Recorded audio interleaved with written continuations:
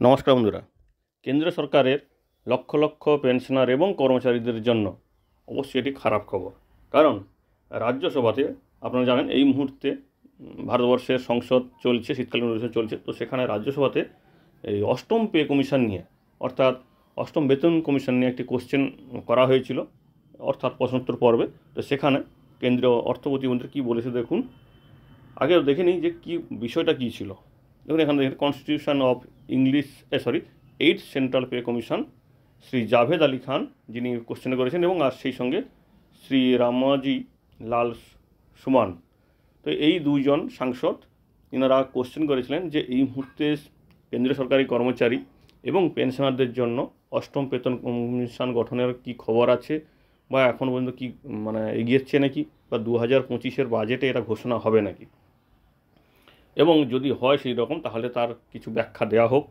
বা যদি কোনো এই অবস্থাতে বেতন কমিশন না হয়ে কেন্দ্র সরকারি কর্মচারী এবং লক্ষ লক্ষ পেনশনারদের কিছু অর্থনৈতিকভাবে বিভিন্ন ধরনের যে সুবিধা দেওয়া হয়, অর্থাৎ বেতনের যে বিভিন্ন ধরনের ইনক্রিমেন্ট করা হয়, তো সেই রকম কিছু করা হবে নাকি, বা সেরকম কিছু চিন্তাভাবনা আছে নাকি।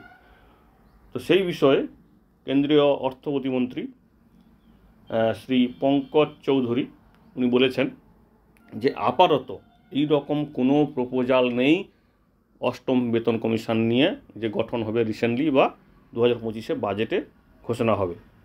এবং সেই সঙ্গে বলা হয়েছে যে বেতন বাড়ানো বা কোনো ইনক্রিমেন্ট করানো এক্সট্রা, তো সেই রকম কিছু ব্যবস্থাও কিন্তু নেই, বা চিন্তাভাবনা সরকারের এই মুহূর্তে নেই।